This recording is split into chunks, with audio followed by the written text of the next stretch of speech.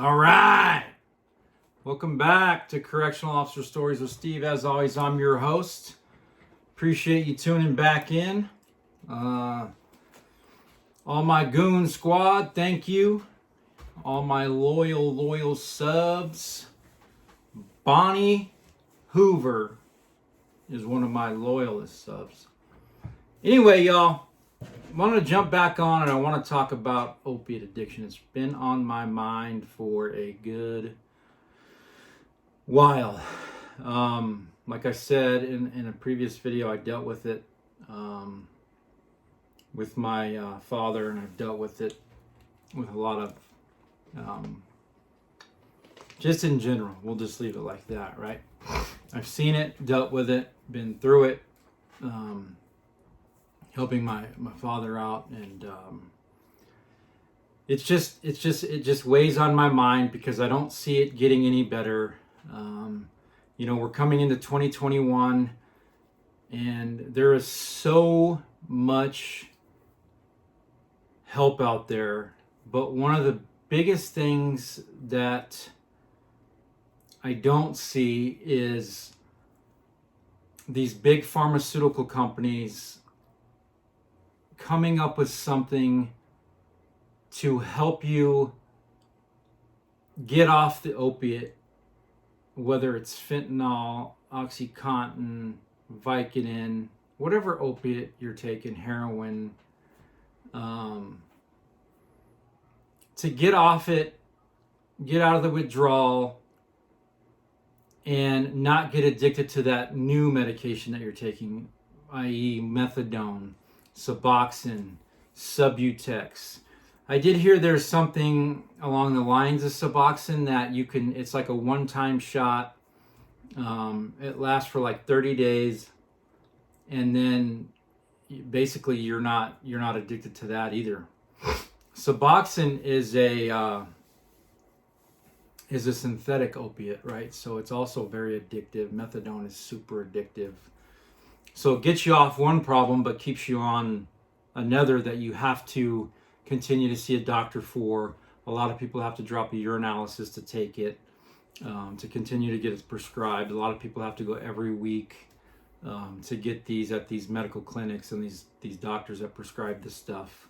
And I'll turn back off that light. And it just bothers me that the government hasn't come up with something to help you stay off the opiate and not have to worry about being addicted to something else, because withdrawal is one of the main reasons that people that are addicted to opiates stay on it, because they are afraid of the withdrawal. They don't want to be dope sick. They don't want to go through it. It's like having the flu times 10. The physical usually lasts anywhere from, 7 to 30 days, maybe sometimes longer. It really depends on how long you've been using, how much you're taking. And remember, I'm not a doctor, so some of this is my opinion. It's not all factual stuff, so I know I'm probably going to have some hate in the comments, but I'm just talking kind of from my experience and what I've gone through with, like my father and some other people. So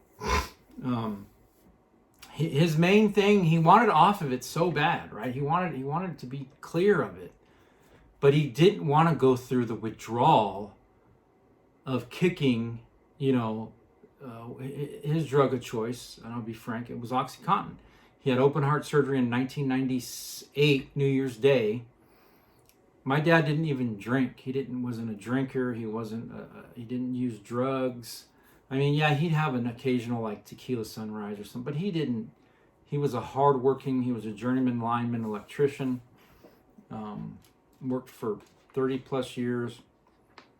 And once he got a taste of that it started with Percocet, and then it quickly moved into OxyContin. Once he got a taste of that, and a feeling that, I don't know if you guys have taken it, so it gives you a feeling. Some people it knocks out, some people it gives you gives you energy. But for about 40 minutes, it makes you feel really good, an elevated sense of awareness. It takes away all your stresses. and you feel great. You feel on top of the world. For those of you that don't, you take it and then you just pass out for 12 hours. But then that 40 minutes is up, and then you need more, right? And then so you take more. And then what that leads into is abusing the prescription and then having to go to the street for it, or you may go down to Mexico for it. And then that turns into not having the money for it. You may start stealing from your family, your friends, from anybody. So it could lead into a life of crime. It's also one of the number one reasons that our jail systems and our prison systems are so overcrowded, because of drug use. And it turns you into a whole nother person. You are not the same person. And it can lead you down a life of crime, because you're stealing from people to get the drug that you need. A lot of times you're stealing things so you can go sell it, pawn it, whatever, so you can get that OxyContin or that heroin or that Percocet, or even the methadone or Suboxone, which is highly abused. So I'd like to see, and these pharmaceutical companies might be working on it, it might be out there, but I really don't think it is, something that is 100% proven to get you off the drug. It's a medication that you just take a couple times or maybe once. You're not addicted to that. You don't have to depend on that, because dependence is horrible. Having to depend on something to get you through the day and keep you at that elevated, where you can, concentrate and work and just be a normal person in society, and not have to constantly look for your next fix or your next dose or where you're going to get it. And OxyContin, that manufacturer, has been sued because, in the late 90s, early 2000s, doctors were writing pain medication like crazy. As a matter of fact, I won't put the doctor out there. I won't put the name. He's still in practice, and he's a good doctor. Sorry, but he was a family practice man, and he had people coming from all over the state in the early 2000s because he was prescribing pain medication. You can get whatever you wanted, and there's a bunch of them. You got morphine. I don't know. There's a ton of different type of opiates out there. But the more common ones today are fentanyl and heroin. Obviously, doctors aren't prescribing heroin, but it's brutal, and it's such a huge problem in the United States. It's crazy how bad it is. I mean, I saw my dad go from a normal, hardworking, 30-year plus career to open heart surgery, to soon after that complete addiction, because he needed the pain medication from the open heart surgery to keep him out of pain.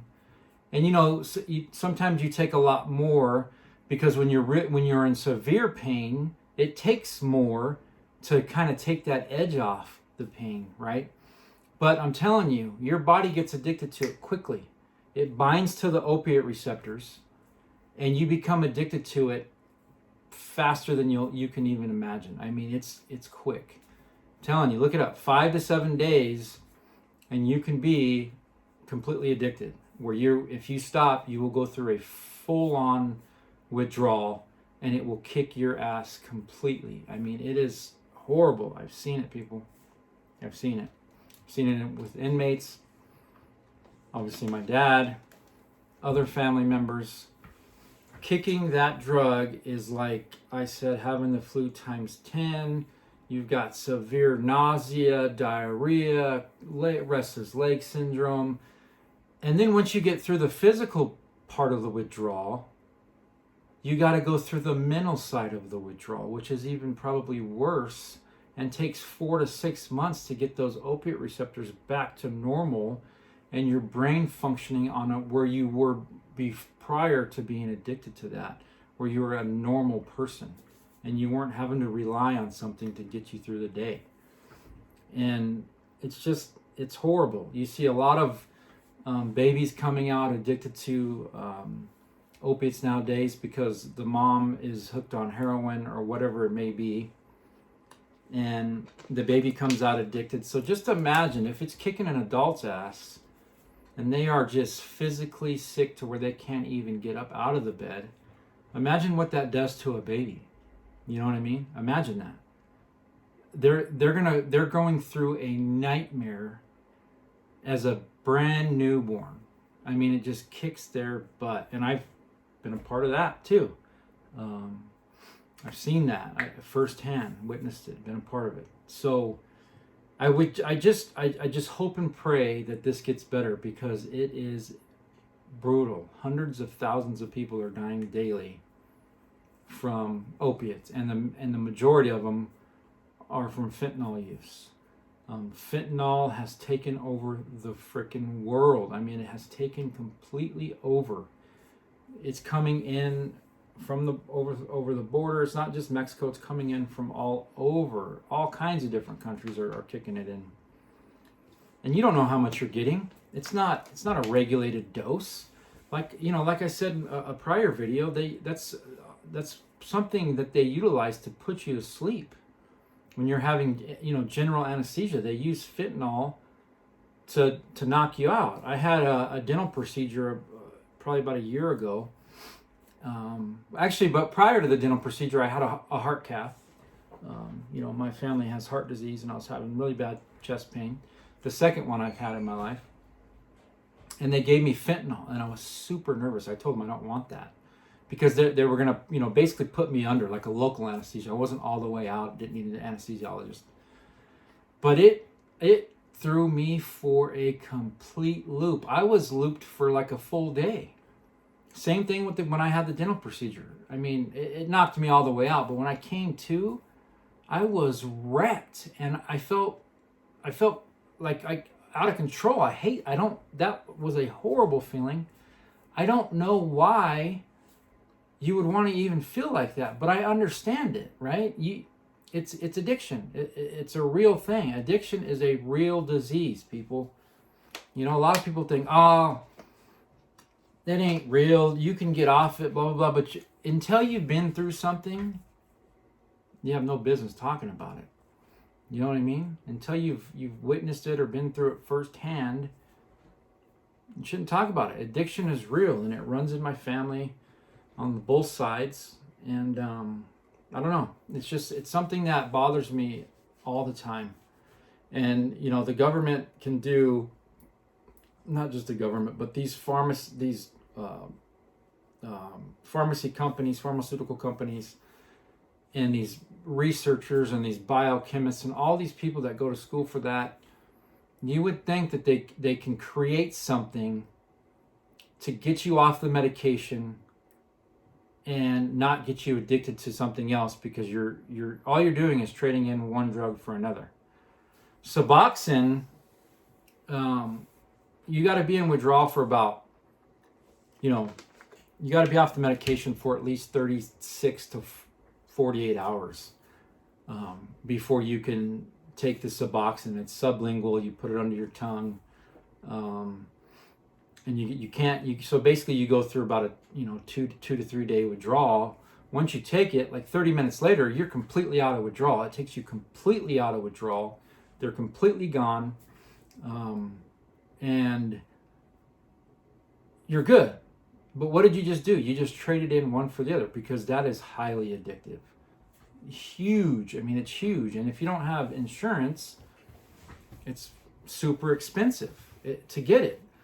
And, I'd rather you see you do that and get it legally from a doctor, and at least you're taking the steps towards sobriety, and you can wean off that.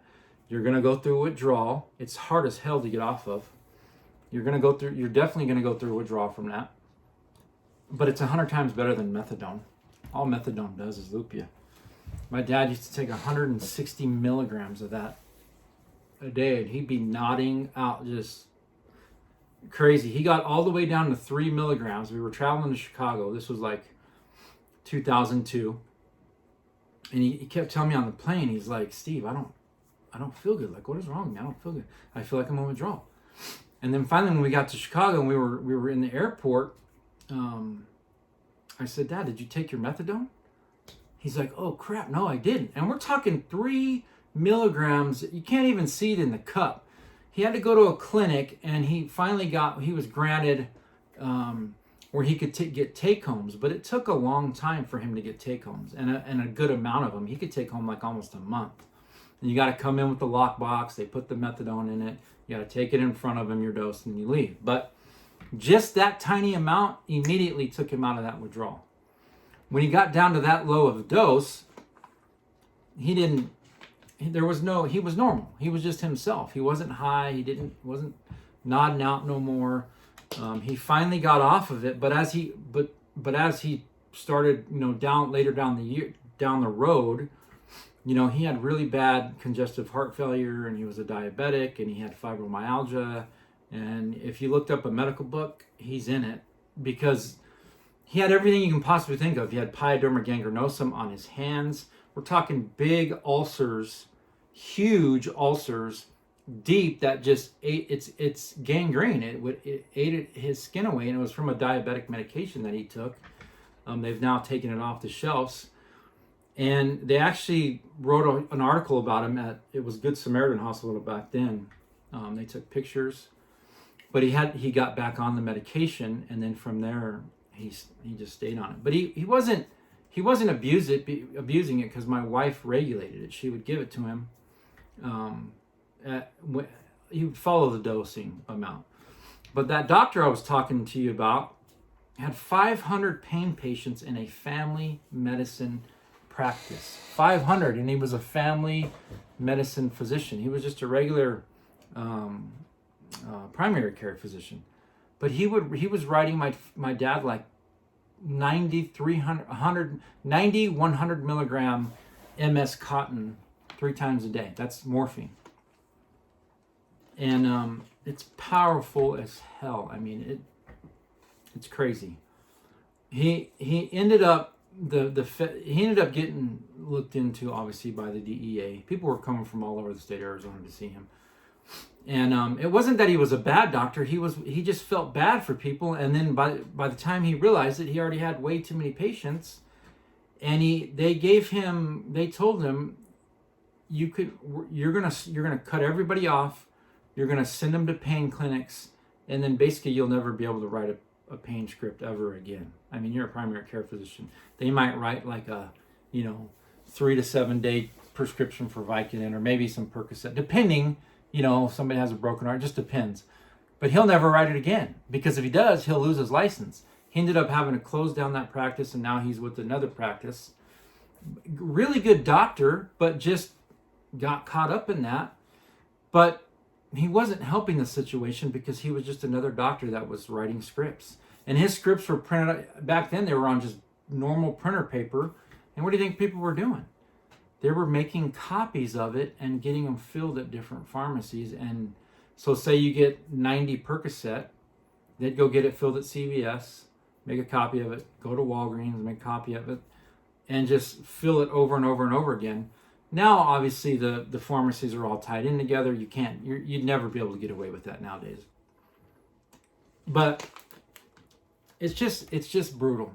And in Arizona, I think you can only get like a 5 to 7 day prescription for pain medication, unless you're actively seeing a pain clinic, and then you got to go every 30 days, and then it's like random UAs. You can't get it filled early. I don't even think you can get it filled a day early. It has to be that 31st day. And I think they only write 28 days. 28 day prescriptions. But it's just horrible. I just hope and pray that the government and these pharmaceutical companies and all these huge, big time, chemist majors, and these guys that are just super bright, and these addiction doctors, because a lot of addiction doctors are all about money. You got these Suboxone and methadone clinics, and a lot of them are cash only. It's like $160 a visit if you don't have insurance. I mean, yeah, is it helping people? Of course. But most of the people that go to these methadone clinics and these Suboxone clinics, they're still on dope. You're sitting in the waiting room just watching them nod out. They're a mess. But at least they're out there. I actually know a pretty good addictionologist doctor who really helped my father through some tough times and helped him get. He never took Suboxone. I don't even think it was out when it might have been. But my pops actually passed away from congestive heart failure, and I just watched him struggle. It turned his whole life upside down. He ended up losing his 30-plus year career. They let him walk, and he ended up getting his retirement, luckily.